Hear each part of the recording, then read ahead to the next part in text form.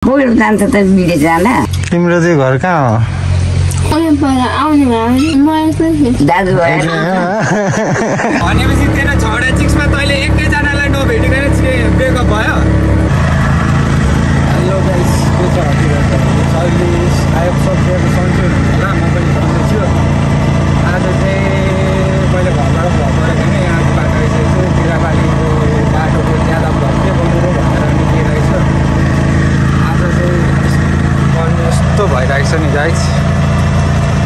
यो हेर्नु न, स्कुल बस रहेछ, टिचरहरू आन्दोलनमा। गाह्रो छ। यो चाहिँ क्लिनिक रहेछ, यस्तो रहेछ बाटोमा। आज चाहिँ मैले टेम्पोबाट गरिरहेको छु क्या भ्लगहरू पनि। गाडी आज उयो छैन, हल्का बिग्रिरहेको छ। प्लस माम पनि अलिक बिरामी नै हुन्छ। अनि अब अहिले ल्याउने काम पनि अलिक साह्रै छ क्या। भने एकताङ केही भइहाल्यो भने बुढाबुढी मान्छे अब बाइकमा चढ्नु सक्दैन नि त। त्यो भएर चाहिँ मैले आज होइन नि त्यति टेम्पो लिएर लागिहाल्छु। त्यस्तो साह्रो छैन। अब नजाउँ भने पनि एक्लै छ। भातसात पकाएर खानु पनि नसक्ने स्थिति आएको छ अरे, त्यही सुनेको छु। चट्ट लाएर अब चाहिँ हामी लगभग म त आज आइसकेको छु। पानबाट छिरिसकेको छु सबै। यो यहाँ रहेछ, यो पानबाट टाढीको चाहिँ वडा कार्यालय जस्तो छ। यहाँनिर छ जस्तो छ यो वडा कार्यालय। यस्तै छ गाइस। सब के गर्नु, भिडभाडहरू यस्तो छैन। गाउँतिर हो, यता गाउँै पर्छ। अब हामी चाहिँ त धेरै उयसमा बस्ने बानी भएर होला क्या, सहरतिर बस्ने बानी भएर होला। यतातिर मनै अड्दैन क्या, पातलो बाटो छ। तर ठाउँ त दामी छ नि गाइस, यतिको ठिकै हो नि।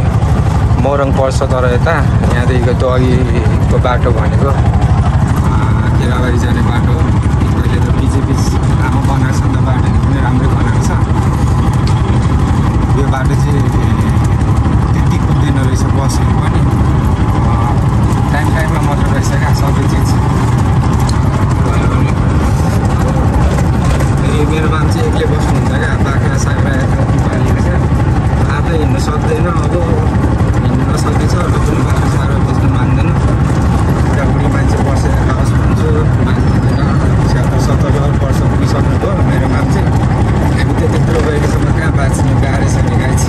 बाँचिँदैन काम नगर्नु भनेको। काम गर्नु पर्छ। लगाइछ अहिले म सिधै घरमा भेट्छु अब तपाईँहरूलाई।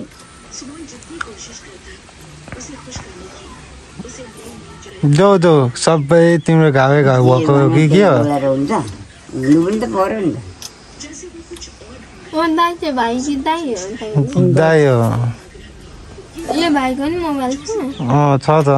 अनि भाइको मोबाइल नहुनु भन्ने के छ? तब खाइहाल्छ, स्वयं हुँदैन।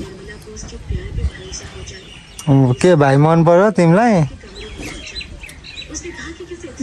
भाइ मन पर्यो? ए मन पर्यो भन्ने भन है। बोकेर हिँड्नु के भन्नु त्यो? हिँड्नु सक्दैन, बोकेर हिँड्थे। यो चाहिँ हिँड्नु सक्दैन। तपाईँ यो बुहारी अस्ति कहाँ गयो? गयो पहिला गएको छ। पहिला कहिले? खोइ 2 महिना भयो। पहिला हिँडेको हो? पहिलो होइन, विदेश पहिलो जान्छ त विदेश जान। देश दुनियाँ कागज भरेर गएको हुन्छ। तिम्रो चाहिँ घर कहाँ हो? यही पल्लोपट्टि। पहिला आउने भयो भने तेरो खुट्टा त काटिहालेर कता लाने हामीलाई? तँलाई लाने? घरमा को छ? आमा छ, म एक्लै छु। दाजुभाइ जान्छी त धुमे। बाउ आयो पार्टी? आउनु भयो? अनि म एक्लै छु भनेको होइन? घरमा हुनु न, पाहाड आउनु भएको छ। भाडै बस सर उहाँको ल लो जाऊ ए ल ल चिट्ठी छ हामी यहाँ भेटिरहेको छौँ हेर्नु सक्नुहुन्छ गाइस ट्याक्क गयो भन्दा को चाहिँ अरे माम कहाँको अरे उहिले डाँडा बाटो पऱ्यो घर केही अब खुस्किएको हो क्या हो त्यो हावा खुसिएको सुनेको बनाएको थियो यार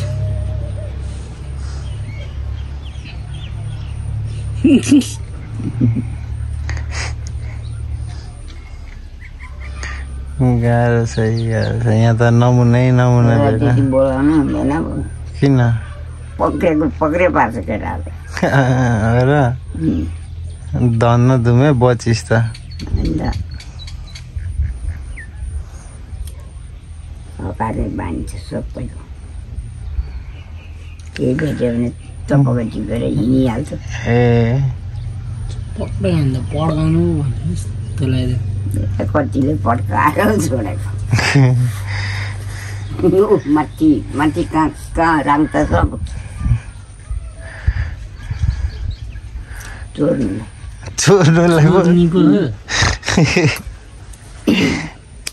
चोर्नुलाई पो माम चोर्नुलाई दिएँ चोरेर खुट्टा कमला काट्दिएको त्यो त खोइ को नि त्यस्तै देखेको औँला थिएन यति नै थिएन 5 वटै थिएन औँला अम्बो र सबै किरा लाग्यो होला म त वास्तै गरेन बल गर्ने छोड्थेन सबभन्दा चाहिँ कहाँकोसँग तेरो ट्रम अलिक राम्रो भएको थियो केटीसँग 5कोसँग तैँले चिक्सहरू भेटेको छस् कि छैनस् बोलेको मात्रै छस् कि भेटेको पनि छस्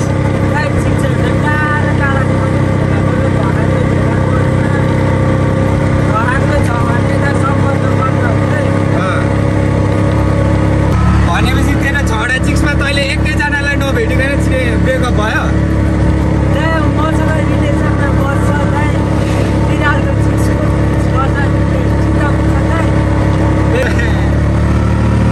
तर तेरो भाग्य राम्रो रहेन रहेछ भेट्नु चाहिँ पर्ने हो नभेटिकन एकजना नभेटिकन ब्रेकअप हुनु भनेको त गीत दिने हो नि त तिमी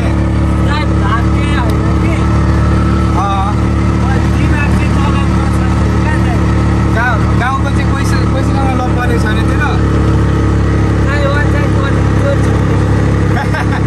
वान साइड परेको थियो को हो त्यो चाहिँ भाग्यमानी को छ किन हो किन प्रायः जस्तो त चाहिँ लोयले बस्छिस् फेरि केटीहरू पनि त्यस्तै त्यस्तै तै भेट्दो रहेछस् नि त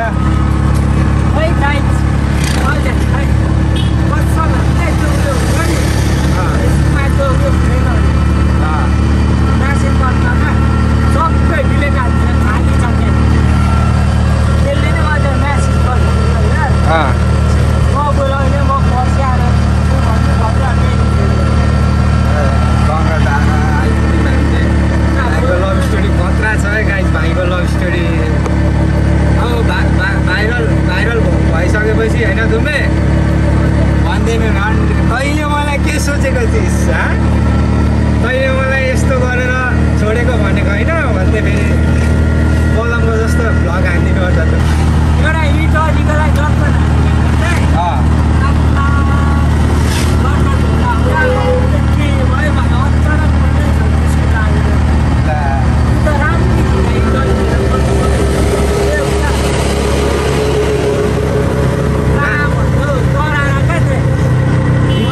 लगभग तेरो रिलेसन भनेपछि धेरै टिकेन काहीँ पनि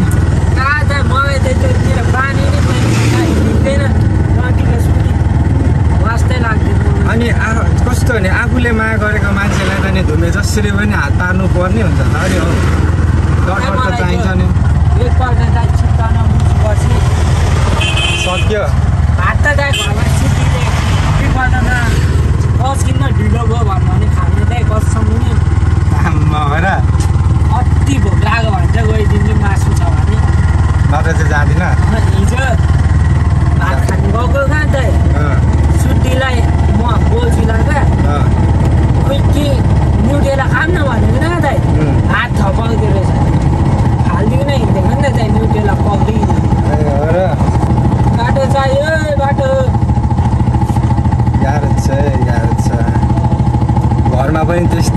भनेपछि बाहिर पनि त्यस्तै है